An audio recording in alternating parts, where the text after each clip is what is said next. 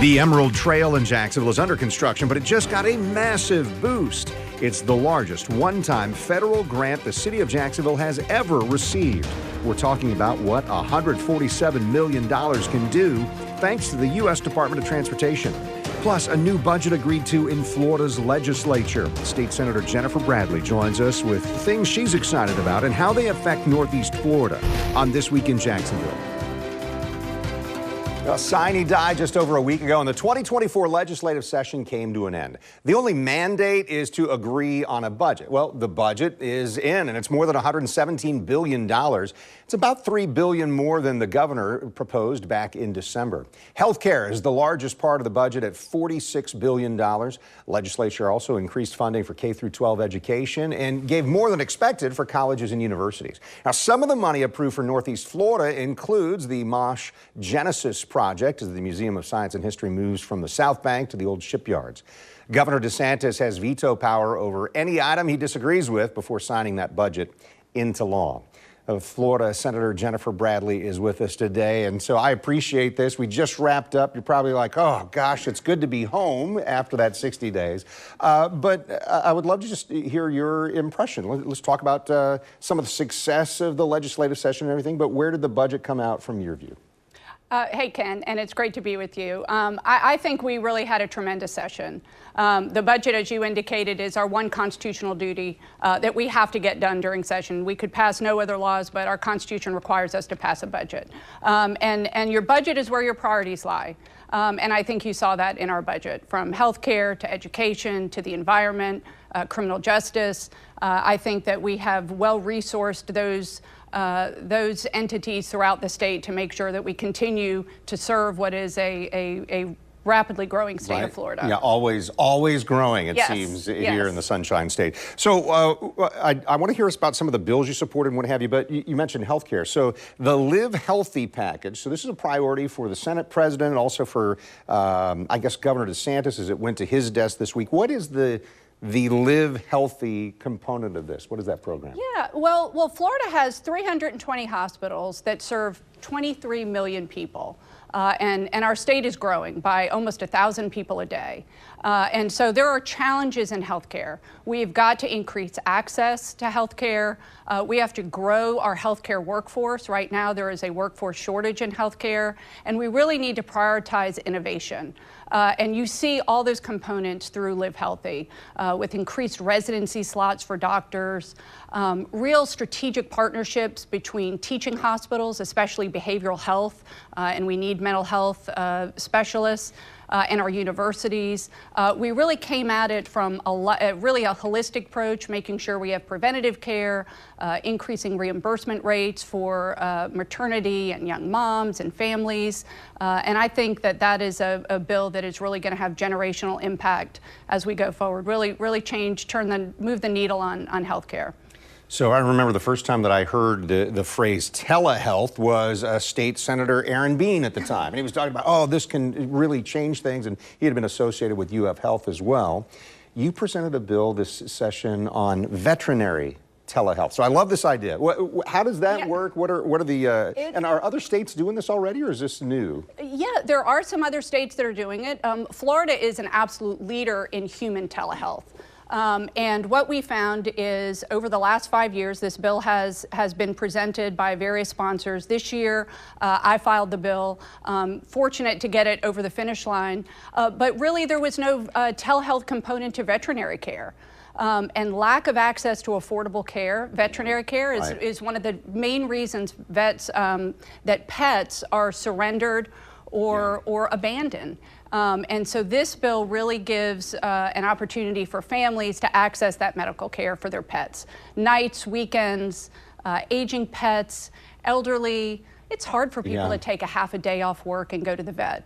So if you can do it telehealth, just like we do for in our families, it works, and it's a good complement to clinical care. Yeah, and the love that you have for a pet, I mean, it's just like a member of your family. So, hey, I wanted to ask you about this. Tell me about, we got some video of this, but tell me about your vote and your reaction to that monuments bill as it was working its way through the legislature. We were covering this. So last month, February, pretty, I would say, spirited, if not heated debates when supporters really made it clear that they wanted to keep memorials like Confederate monuments in order to promote white supremacy and protect white society. As I recall seeing you in this video, you did not like that sentiment. Yes, that is fair to say. It was a spirited debate. And I'll tell you this, the gentleman that came and spoke in support of that bill, and white supremacy was his word that he used to describe his support of the bill, to protect white culture, to protect white supremacy. And make no mistake, that is his First Amendment right to be able to come and talk to his elected officials and share his viewpoint. But he doesn't have that right free of consequence. And I also have the ability to push back on that. And I think that's what you saw in that piece. White supremacy is vile, it's bigoted, it's racist. And I think we have a duty as elected officials to push back on that strongly. And that specific bill didn't make it past the finish line, is that right? That's correct. Yeah. One of the bills that did, and we followed, was Ariah's Act. Helps prevent another family going through, as you put it, enduring what the Page family went through last summer. That's when 10-month-old Ariah died. She was left in a hot car. Senator, how does this help, and why was this important to you to be able to see this get to being signed? And the Page family, they lost Ariah, 10 months old, and they came to see me just months later. I mean, think about how remarkable that is, that you have a family that's just endured that heartbreak. Still grieving, I'm sure. And just grieving, and they all, the parents, the grandparents, they came to see me, and they said, not again, not for another Florida child. What can we do? And we brainstormed ideas. Time was short because committee weeks were getting ready to start. And we compiled Ariah's Act, which is a statewide public information campaign, and it'll be in April before the hot months roll in, to really let Floridians know how dangerous it is to leave a child in a hot car, to remind folks what the criminal penalties are, make sure that they understand their role as bystanders. We have bystander protections. If you see a pet or a child, God forbid, left in a car, you have the ability and the right to go in and save that individual, save that baby. And it's the Page family were just tremendous advocates. They were there in the Senate chamber when the bill passed. They were in committee. And I appreciate their advocacy and just tremendous family. You've had contact with them since this passed? Since they were in the Capitol, and the whole family was there, and it was bittersweet. Right. But I know that they take some comfort in knowing that hopefully, Florida's is second in the nation for hot car deaths. Ariah was the seventh. Wow. The seventh in the state of Florida. So it's a peril that people need to be aware of. Wanted to bring up another topic. Last summer, we were reporting that the state budget allocated $75 million for a new University of Florida campus in Jacksonville. And then we saw last week, legislature gave another $75 million to the project. So a total of $250 million between state, city, private donors. You're a UF graduate, aren't you? I am. So what do you anticipate from that investment when it comes to Jacksonville and UF? Oh, I think that is just an exciting collaboration between the state, the city, the university, and the business community. I mean, it's going to be a graduate campus. There's going to be academic courses, research opportunities, just a great pipeline for just well-educated individuals to serve the state and hopefully stay here and benefit our Jacksonville businesses. You know, we don't know entirely where it's going to be exactly or when it's going to rise up out of the ground, but we know that even University President Ben Sass recently was in Jacksonville and talked a little bit about that being our priority. Probably final thing we'll be able to get to, but I know there was some sweeping condo board and HOA management bills that were passed. Am I right? Did this come from what happened at Surfside and the condo collapse down in South Florida? Yeah, that's absolutely right. It was actually two bills that I passed, one with regard to condos and one with regard to homeowners associations. 45% of Florida homes are within a homeowners association, and there really hasn't been an overhaul of Chapter 720 in decades. And what you saw down in the hammocks over the last few years, where millions were stolen from homeowners, the board, they were all arrested. But it really required us to look under the hood and see why aren't these statutes serving the homeowners who live there. And so we really increased transparency. Access to records is the #1 issue. So now for homeowners, for condo boards, if you're in a homeowners association or on a condo board, all of those official records are going to be online. Yeah. The transparency has to help, right? Transparency would have all the if you're voting on a contract, make it part of the agenda.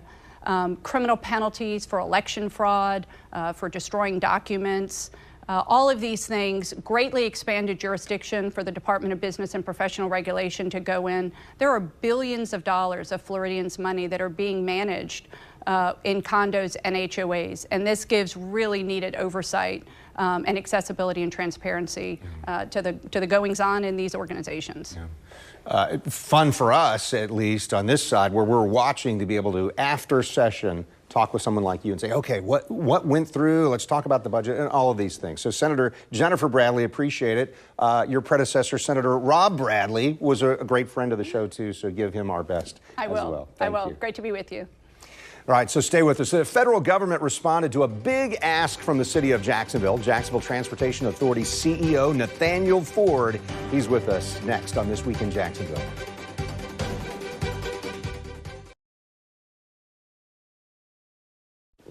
You're watching This Week in Jacksonville with Kent Justice.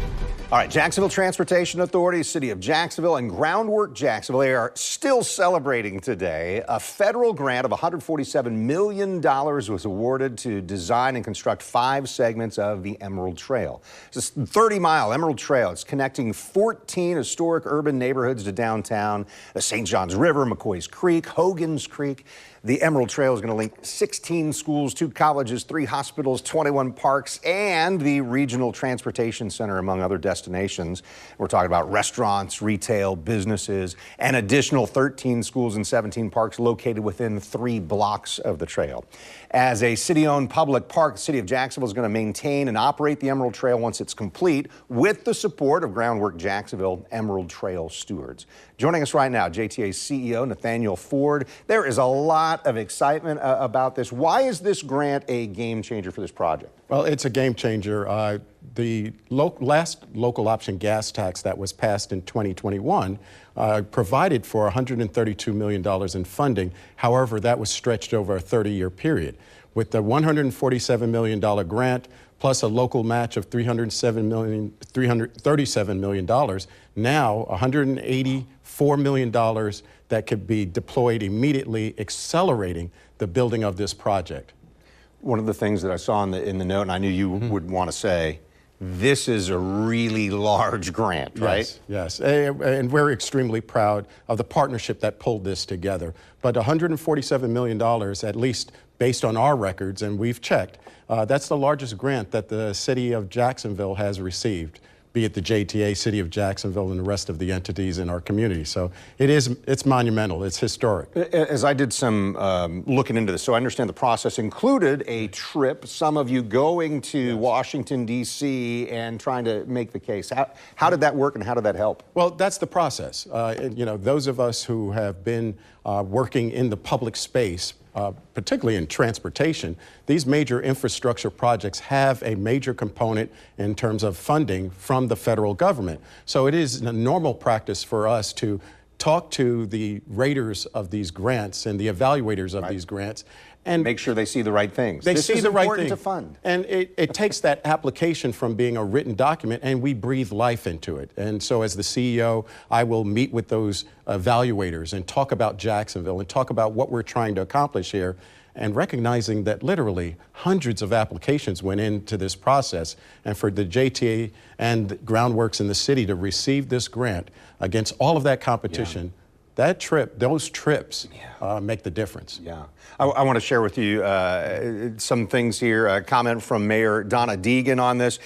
This record-setting grant is the result of fantastic collaboration with our partners JTA and Groundwork Jacksonville, the relationships we built with the Biden administration, and the experienced team we hired to bring home more federal tax dollars, or bring tax dollars home. I'm grateful to President Biden for investing in cities and to our federal representatives for securing this critical funding.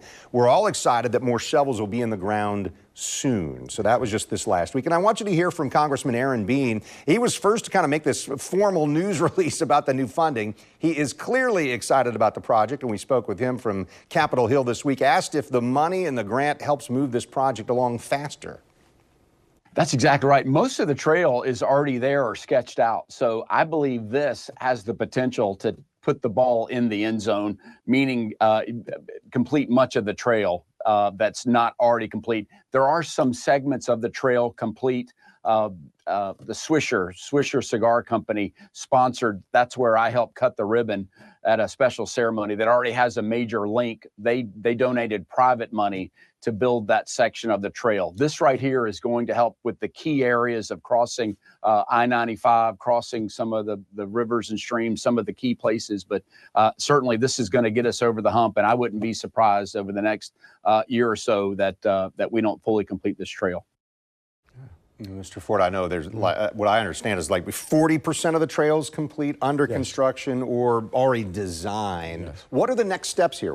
How do you deploy this $147 million? So there's 5 remaining segments that the JTA is responsible for constructing. We are selecting a designer to do the engineering and preliminary design work for the remaining 5 segments. So that was a good strategy right from the beginning, and that was in place before the actual grant award. So we'll move forward with the development and design of those 5 segments, and then we're contemplating one large procurement to do the entire construction of the remaining 5 segments. So we're just looking at the phasing and what makes sense in terms of rapidly getting this project done. And we just are so excited about getting this funding because it changes the dynamic of how we're going to approach this project. We've seen other instances where construction costs, build-out costs have gone up so much since 2020. Was that an element of why this extra money is really helpful? It definitely is. We have been very concerned as the JTA with what we are seeing as a national trend with the escalation of costs due to supply chain, labor, materials, things of that nature in terms of construction. It's widely known. And so this allows us to hedge against that natural inflation over that 30-year period by getting the work done sooner, and we will now be able to advance other components of that local option gas tax funding. The second ferry, for example. We have some complete streets projects that were also part of that tranche of projects originally with that gas tax extension. So this is a win for all of those projects in terms of this funding coming in. Yeah, and I think part of the fun of this project is hearing this is not a partisan issue. Republicans, Democrats, whatever. Let's get the Emerald Trail built here. So I appreciate that. You want to talk about autonomous vehicles? Definitely. I want you to stay with us. More to talk about with Nat Ford and JTA when we come back on This Week in Jacksonville.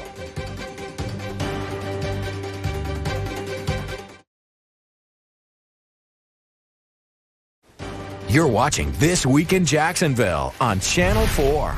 Nat Ford, JTA, he's known in the industry nationally for innovation, and one of the things that we've talked over the years is the push that you've made for bringing autonomous vehicles into the equation. Last month, the first JTA autonomous shuttle launched at FSCJ's campus downtown. This seems like it's a big deal. Is this kind of first step to normalizing autonomous vehicles? Definitely. Socializing the technology, and I think helping our citizens learn about the technology, see how it operates, and at the same time, the JTA gets additional information and data as we develop our autonomous vehicle program. How does this connect to the plans to reinvent the Jacksonville Skyway? Exactly. So these vehicles won't be specifically used on our particular project.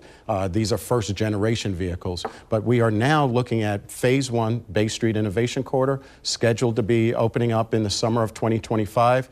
Then Phase 2 is the conversion or the retrofitting of the existing Skyway, and then phase 3 is the expansion into the neighborhood. So this is all very helpful for us advancing that program. We're on schedule. Everything's going as planned.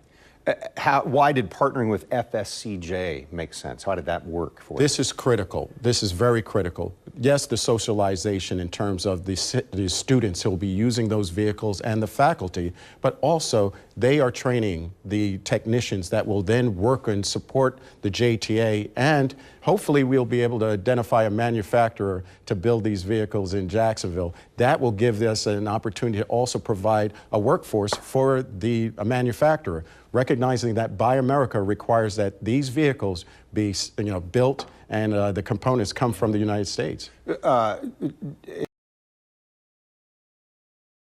Is Beep the company that had the shuttle that we just saw at FSCJ? Is that right? Yeah, so that is part of Beep's fleet. Okay. Beep has a number of deployments around the country, some in Orlando, Peachtree, Corners in Georgia. So they have a number of deployments around the country, and they have their own fleet of first-generation vehicles.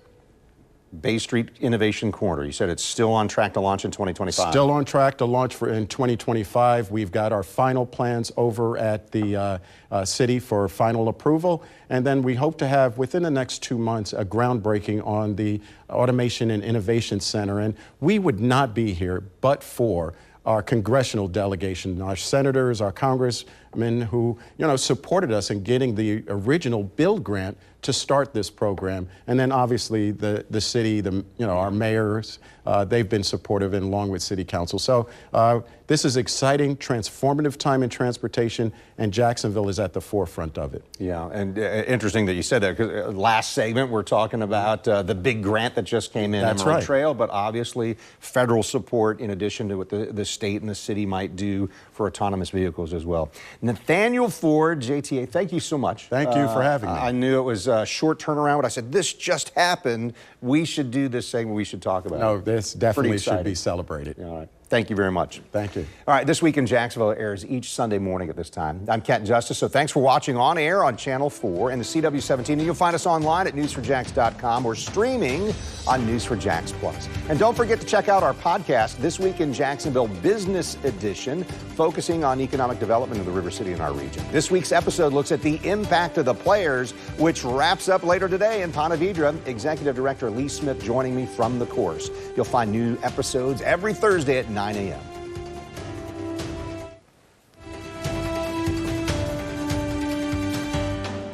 See why every day more people are choosing News 4 Jax, Northeast Florida and South Georgia's #1 source for local news.